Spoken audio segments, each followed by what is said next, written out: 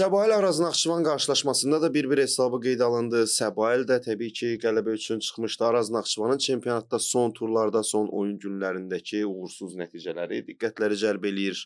Bilinmir komandada bu problem nə ilə əlaqəlidir. Roman Machado da sıraya qayıdı. Felipe Santos əvvəlki tək oynamır, məhsuldar baxımından təbii ki, bildirirəm bunu.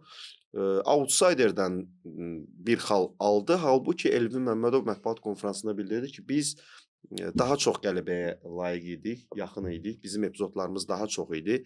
Biz bugün 2 xal itirdik. Hətta son saniyələrdə belə bir epizod var idi ki, %100 qol imkanından yararlanıb 3 xalı da qazana bilərdik. Bəli.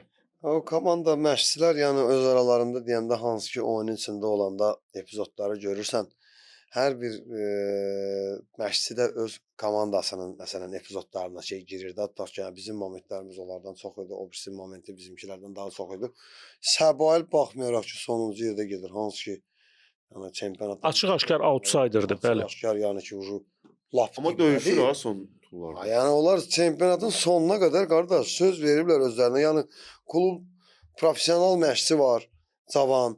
Klub rəhbərliyi var, orada oynayan futbolçular var. Hansı ki, komanda getsə belə qalan 4 tur. Söhbət nədir İsmail? Söhbət odur ki, son 4 tur qalıb. Orada onun legioner, orada onun Azərbaycanlı futbolçu. Komanda əgər Pervi Liqaya düşəcəksə, qardaş, çıxıb Lüboy oyunun hər birində Qarabağa qarşı, Neftçiyə qarşı, Sabaha qarşı, kimə qarşı olur olsun. Mən bilirəm ki, düşürəm aşağı. Bu son 4-5 oyunda bütün nəyim var, nəyim yox, da bacarmadığım şeyləri istəyirəm ortalığa qoyam ki, buradan çıxın bəlkə mənim sabahlarım kəpəz deyəcək ki, ay oradakı filan kəs, gəl elə sənin kəpəzə götürürəm.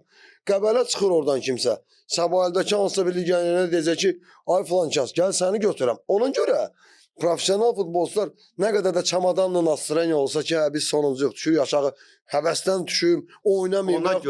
Ona görə deyirlər, bax bu futbol hiləgərliyi, Ələkbər sən də eşitmirsən yəqin ki. Bir futbolçu bir müqavilə müddəti bitənə yaxın oynamağa başlayır. Ay sağ ol. Bir də mövsümün sonuna yaxın.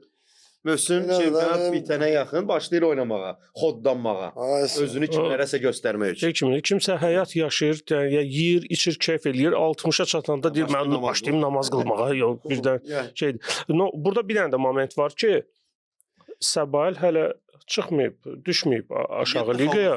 7 xallıq fərq var, 4 oyun qalıb. Maksimum 12 xal qazanmaq imkanı var da, yəni. Təbii Kəpəz də hal-hazırda yaxşı oynamır. Kəpəz zəif oyun göstərsəydi, məncə Səbail daha rahat olardı ki, yəni şans daha çox. Kəpəz də yaxşı. Valla mən istəmirəm Səbail üstündə. Nə Kəpəz istəyirəm üstündə Səbail.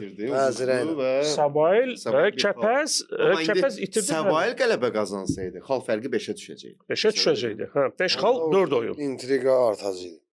İntriqa. Hal-hazırda ən böyük intriqa ilə Kəpəzlə Səbail arasındadır da. Yəni başqa bir də Turan Araz söhbəti var ki, 3-cü yeri kim tutacaq?